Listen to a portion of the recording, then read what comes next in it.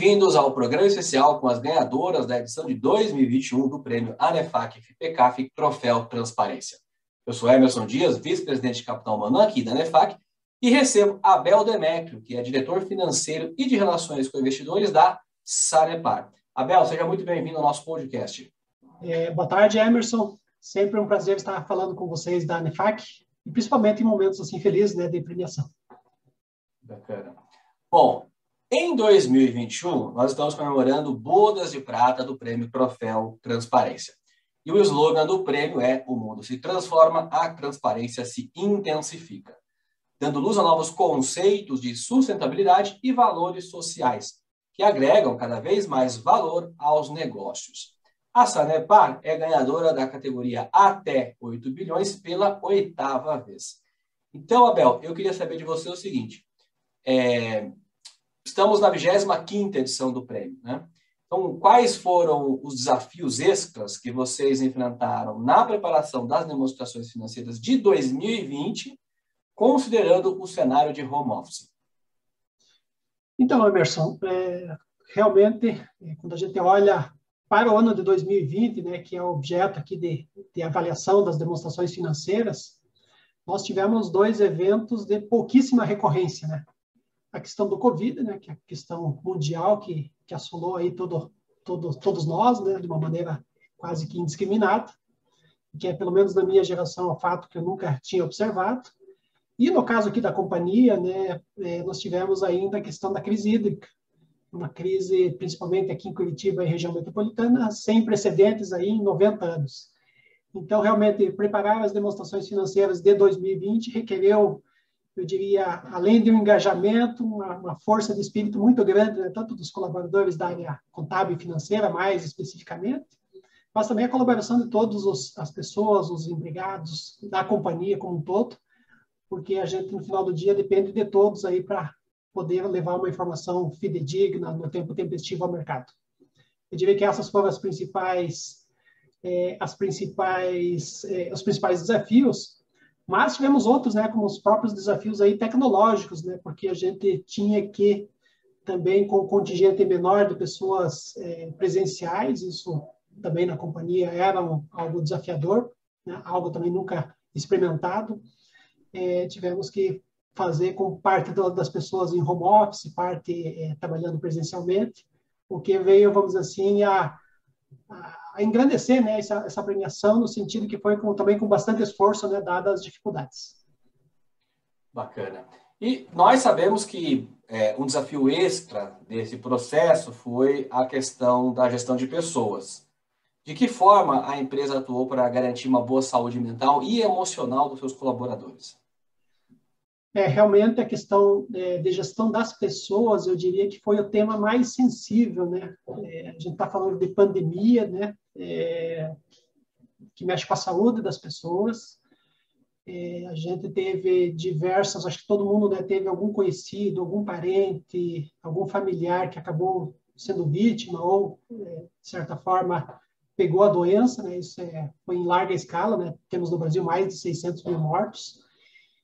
Então, eu diria assim que, além do aspecto técnico, né, de você preparar as demonstrações, as dificuldades novas impostas pelo momento, ainda tinha muito essa questão psicológica, essa questão das pessoas estarem bem emocionalmente. Eu acredito, assim, piamente que a companhia fez um trabalho magnífico no sentido de dar estrutura, né, para as pessoas, para os seus colaboradores, entendendo que a companhia atua numa área essencial nesse momento de pandemia, no sentido de que a água é muito importante para a higienização das mãos, enfim, das pessoas, né? Isso contribui para a redução aí do contágio do Covid. E sim, né, nós tivemos estratégias diversas aqui adotadas pela companhia, como parte das pessoas trabalhando em home office, remanejamento, revezamento de pessoas presenciais, no sentido de que não tivéssemos uma aglomeração, vários protocolos sendo divulgados aqui internamente para os empregados seguirem, enfim, dando todo o apoio, né, com uso de máscaras, pedido de distanciamento, fazendo testes, enfim, adotando protocolos rígidos de segurança. e, ao mesmo tempo, né, garantindo ainda, além de tudo isso, garantindo água para a população, tão importante nesse momento. Então, eu diria assim que os empregados da companhia, os colaboradores, juntamente com terceiros que fazem o dia a dia da companhia, eles, de certa forma, foram super-homens aí, né, para superar esse momento. Eu acho que são nesses momentos que as pessoas se transformam também e mostram todo o seu valor, né? Sim, sem dúvida. Abel, a gente falou aí um pouco do desafio, você citou a questão da tecnologia, falamos agora também da gestão de pessoas. E na gestão de fornecedores, quais foram os principais desafios, olhando o cenário, por exemplo, da auditoria externa? Como foi o desenvolvimento desse trabalho? Fornecedores, eu diria até que a gente também teve gratas surpresas, né? À medida que, dado toda essa questão de restrição, né, que a gente tinha com viagens, com reuniões presenciais, vamos dizer assim, com esse distanciamento, né, que foi promovido aqui pela pandemia. Então, a companhia também, de certa forma, se viu na necessidade de tornar os seus processos, né, processos com menos papel, digitais, no sentido de que as pessoas também pudessem entregar documentações, fazer assinatura de contratos, enfim, fazer todos os processos de uma maneira muito mais digital do que anteriormente. Eu acho que isso é importante, né, porque traz um novo viés de atuação, com menos papel, né, criamos até aqui um slogan, né, Sanepar sem papel, no sentido justamente de buscar essa tecnologia que pudesse atender tanto, vamos dizer assim, as necessidades legais que a companhia precisa cumprir, mas também ajudando, né, nesse momento em que as pessoas não podiam estar muito juntas. Em relação ao auditor externo, da mesma forma, eu acho que grande parte do trabalho feito, se não a totalidade, pelos auditores externos foram possíveis, né, dados vamos dizer assim, a integrações, a arquivos, a mensagens eletrônicas que puderam substituir muitas vezes as questões presenciais, né, que anteriormente era uma praxe e aconteceu, acredito que não só na companhia, mas como nas demais. E fica um aprendizado, né, que a gente sempre consegue, em momentos de dificuldade, acabar superando os desafios que surgem e aquilo que eventualmente não dava para ser feito passou a ser obrigatório e conseguiu se fazer, né? Então, eu diria que a gestão dos fornecedores nesse sentido foi legal. Claro que durante as atividades, o andamento em si do serviço, das operações, a companhia investe muito, é uma companhia que tem manutenções diárias em todo o estado. Isso teve vezes também os nossos fornecedores tiveram problemas, né, com a própria questão da Covid, né, empregados seus pegando Covid, isso é uma coisa que não dá para a gente diminuir, no sentido que foi um desafio também muito grande enfrentado por todos, né? Sem dúvida nenhuma. Abel, você como representante de uma empresa ganhadora, né, agora aos 25 anos do prêmio, nosso 95ª edição, qual fator técnico você aponta como decisivo para a conquista do prêmio deste ano? E aí, pegando o gancho com a questão da educação continuada, você acredita, né, que isso realmente leva ao aperfeiçoamento técnico para a equipe? Isso colabora para a entrega de uma demonstração financeira transparente? Como é que você vê essas questões? Veja, Emerson, quando a gente olha para as demonstrações contábeis, nós temos uma série de normas, regras, leis para serem seguidas na sua elaboração, né? Tem muita coisa que, inclusive, é padronizada. Mas o que torna, no meu entendimento, assim, uma demonstração diferenciada, que é a questão realmente dela ser, primeiro, né, completa. Ela precisa trazer as informações completas, mas precisa também ser amigável para quem lê as informações. É muito difícil para mesmo os analistas, mesmo os usuários da informação com frequência, como eles não estão no dia a dia da companhia, se você não tiver uma linguagem fácil, acessível, isso acaba, vamos dizer assim, dificultando a análise e interpretação das informações. Aqui nós procuramos sempre manter também uma linha, né, porque as pessoas que leem os nossos relatórios, elas já sabem da linguagem que nós utilizamos, a gente busca trazer comparativos, enfim, buscamos benchmark para ver como as outras companhias estão fazendo, que sempre é possível melhorar. E eu diria assim que essas são as qualidades técnicas que um relatório poderia trazer, né? Além daquelas, claro, de um visual adequado, vamos dizer assim, de uma linguagem, uma letra que favoreça a leitura, porque realmente letra de bula de remédio é difícil, né? Isso desestimula a leitura. Então, acho que assim, trazer o interesse das pessoas em ler e continuar lendo, não apenas a pessoa abrir a primeira página, ver aquele monte de linhas miúdas e perder, vamos dizer, o interesse na leitura. E agora, sempre um desafio, né? A gente continua, a gente está, como você mesmo disse, 8 vezes ganhadores aí do prêmio, acho que quarta vez seguida, mas sempre é um desafio porque a gente vê muitas demonstrações muito bem elaboradas, né? Então, por isso, cada vez mais, ou cada vez que a gente conquista um prêmio desse, a gente valoriza muito, não pelo prêmio em si, mas por saber que, de certa forma, alguém tão relevante como é a NEFAC também está olhando e, de certa forma, convalidando aquele trabalho no sentido de que ele está de uma forma clara, tempestiva também, né? Precisamos entregar as demonstrações com tempestividade, porque senão elas também perdem o seu efeito. E seguimos também aprendendo com os demais participantes aí do mercado, porque, conforme eu falei e reforço, sempre podemos melhorar e nessas questões de demonstrativos, isso é algo que a gente observa ano a ano.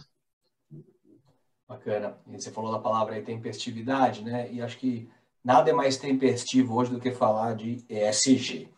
Então, ESG, né, falar de transparência, vai muito além de demonstração financeira. Então, eu queria ouvir de você quais são as principais iniciativas da empresa, olhando essa agenda tão tempestiva que é a agenda ESG. Olha, acho que para a companhia falar de ESG ou ASG é algo muito fácil. É muito fácil no sentido de que a companhia é uma companhia que tem seus dois principais produtos aqui, negócios, né? A questão de abastecimento de água para a população e esgotamento sanitário, o que é, vamos dizer assim, o ASG na veia, como falam, né? Lembrando, né, a companhia atende 346 municípios, sendo 345 municípios no estado do Paraná e um em Santa Catarina. Já estamos universalizados com água na área de atuação, né? Atendemos 100% das áreas urbanas de atendimento com água. Para você ter uma ideia, né, a nova lei, o novo marco legal do saneamento prevê 99% de atendimento até 2033. Nós estamos há muitos anos já universalizados. E continuando fazendo os investimentos, né, porque o crescimento vegetativo continua e grande parte dos nossos investimentos ainda é direcionado para a questão da água. A questão do esgotamento sanitário, nós atendemos 77,4% das pessoas, né, nas áreas de atuação com esgotamento sanitário. Um índice muito acima da média nacional. E lembrando, né, que o nosso diferencial é o tratamento de 100% desse esgoto coletado. Então, quando a gente fala da companhia, a gente está falando de uma companhia que realmente tem o ambiente, o meio ambiente, como uma regra de negócio, porque ele é fundamental para nós. Mas vamos falar um pouquinho de outros temas, né? A questão, por exemplo, da questão social, né? A companhia pratica, por exemplo, a tarifa social, né? Onde aquelas pessoas de uma renda menor acabam sendo subsidiadas em suas contas de água e de esgoto. Isso beneficia, em 2020, praticamente 200 mil famílias, o que é importante, né, sob o ponto de vista social, no sentido que essas pessoas têm acesso à água. Isso é um dever social da companhia. Temos programas que são feitos junto com os municípios do estado para saneamento rural. Então, embora a companhia não atue na área rural, ela presta apoio financeiro, inclusive, né, entrando com recursos para que comunidades tenham acesso à água, isso em parceria com os municípios, uma parceria muito, muito bacana, muito importante, e que são exemplos aí de que a companhia, vamos dizer, faz na questão social. Além de outros programas, como a gente teve, por exemplo, a questão dessa crise hídrica, né, impulsionada também por isso, a doação de caixas de água, a companhia faz doações de caixa d'água, ainda tem um programa, está implementando em fase de andamento desse programa, o que leva caixas de água para as pessoas aí carentes, né, no sentido de que elas também tenham condições, nesse momento de algumas cidades passam por rodízio, passaram por rodízio, Curitiba e a região metropolitana ainda continua, mas que elas possam ter também a condição de reservação dessa água para para que os dias que elas estejam em rodízio, elas possam ter o produto. Falar um pouquinho, nós temos aqui o inventário de efeitos de gás estufa, né, na questão ambiental, a companhia se preocupa com isso, faz parte do índice de carbono da Bovespa.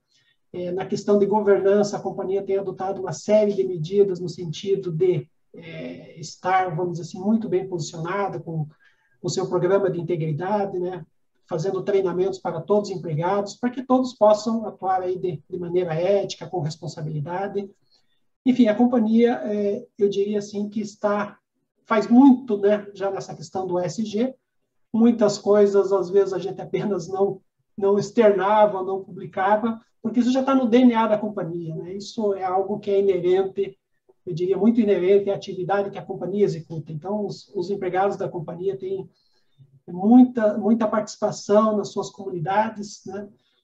Muitos exemplos de programas que são feitos, muitas vezes voluntariamente, a gente acaba nem sabendo, nem registrando, né? Mas isso é importante eu dizer aqui nesse momento, porque realmente a gente sabe que o empregado sanitário as pessoas têm um carinho por eles e sabem que eles são muito importantes, porque no final do dia são agentes de saúde, né? A pessoa que está ali levando água, tratamento de água tratada, coletando e tratando esgoto, são, na verdade, pessoas que estão contribuindo com a saúde da população.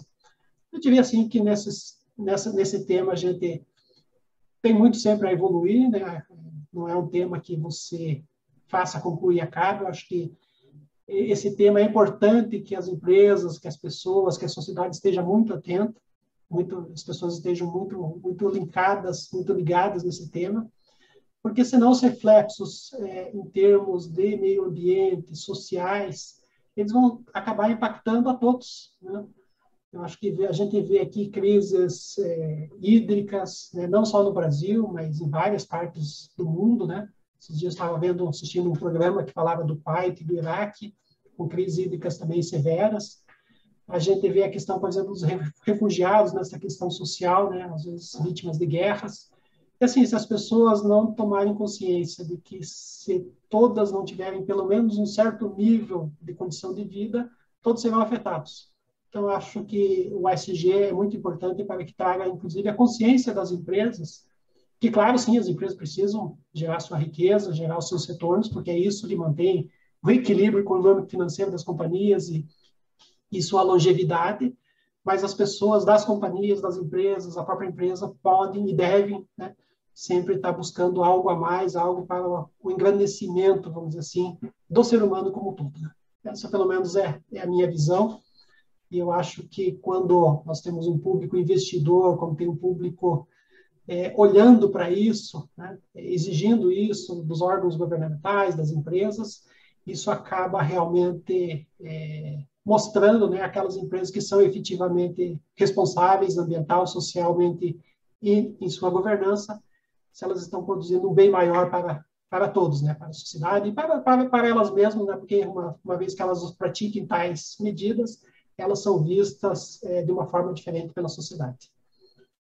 Sem dúvida nenhuma. Abel, caminhando para o final aqui, qual a mensagem que você pode deixar para as empresas que anseiam estar entre as mais transparentes nas próximas edições do Troféu Transparência? Eu diria que tudo começa num processo interno, né?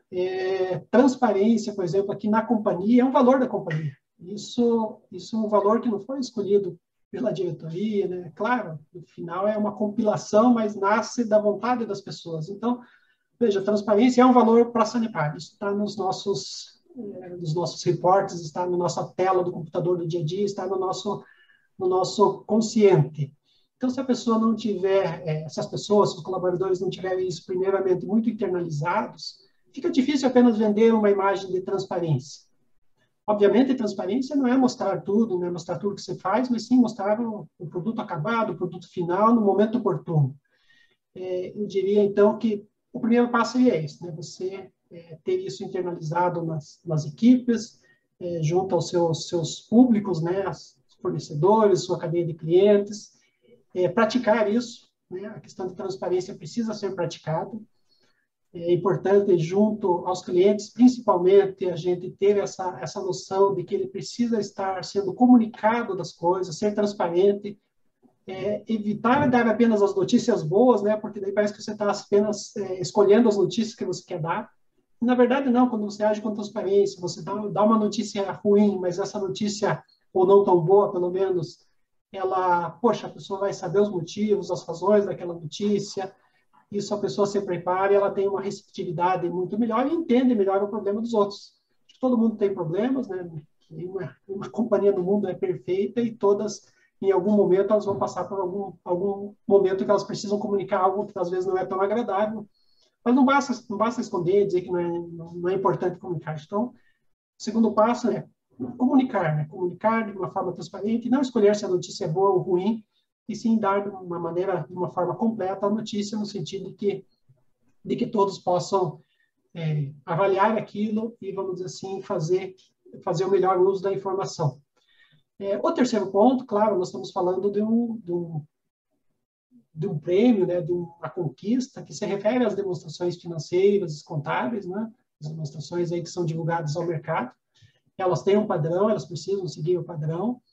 E, assim, ter um benchmark com as outras empresas é de suma importância. Ninguém precisa fazer tudo do zero, né? A gente já tem várias empresas que estão no nível de excelência muito grande. Então, acho que a consulta, o benchmark com essas empresas, não precisa ser apenas as empresas do setor, mas são importantes porque você já parte de algo que já foi construído, que é aceito, que é reconhecido. Nós temos a ANEFAC aí há 25 anos, e ela não está com todo, vamos dizer assim, com toda a sua credibilidade, se aquilo que ela está premiando não fosse verdadeiro. Então, quando a gente olha as empresas premiadas, né, tanto na categoria até 8 bilhões quanto acima de 8 bilhões, a gente vê grandes nomes das companhias em nível nacional e que representam realmente uma boa parte aí, vamos dizer assim, do conhecimento sobre o que deva ser referência nas demonstrações. Então, eu diria que o terceiro passo seria justamente a questão do benchmark. E, assim, o quarto daí é a questão da equipe, né? Você tem profissionais treinados, acho que sempre isso é importante voltar, né, a frisar. Essa educação continuada, ela nunca pode parar, porque é um caminho, né? Não é algo, não é apenas uma etapa.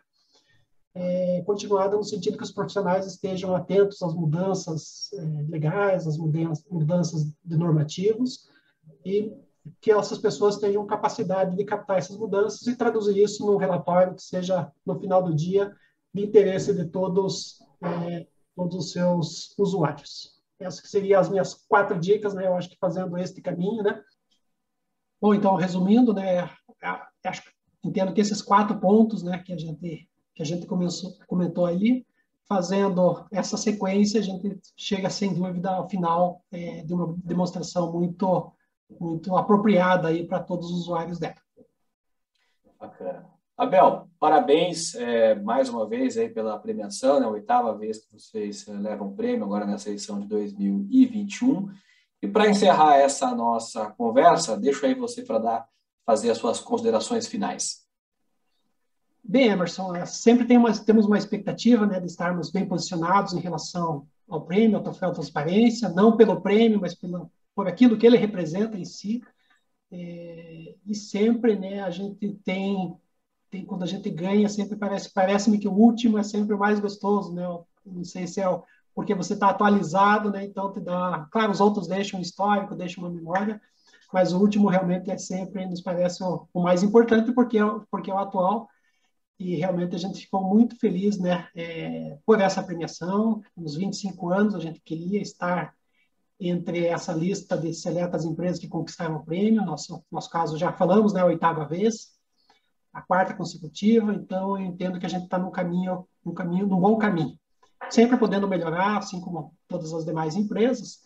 E deixar aqui nossa parabenização aí por todos do evento, né, da ANEFAC, no caso, que promovem isso anualmente. A gente sabe que não é um trabalho fácil analisar tantas demonstrações que nem vocês fazem, e isso sempre é conduzido com muito profissionalismo. Temos a ajuda aí de vários parceiros, eu sei, para que no final do dia uma premiação dessa magnitude possa vir ao mercado e ser tão bem aceita.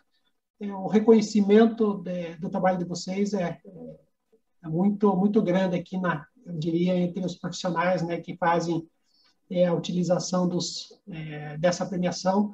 Todos querem muito participar e tenho certeza que cada vez mais a gente vê empresas participando, no sentido de empresas novas, né, que aparecem no ranking, muitas vezes a primeira vez, e que, claro, estão seguindo modelos que já, se isso acontece, é porque elas seguem modelos que são olhados, né, e são os benchmarks do mercado, e a gente fica feliz, né, em fazer parte deles.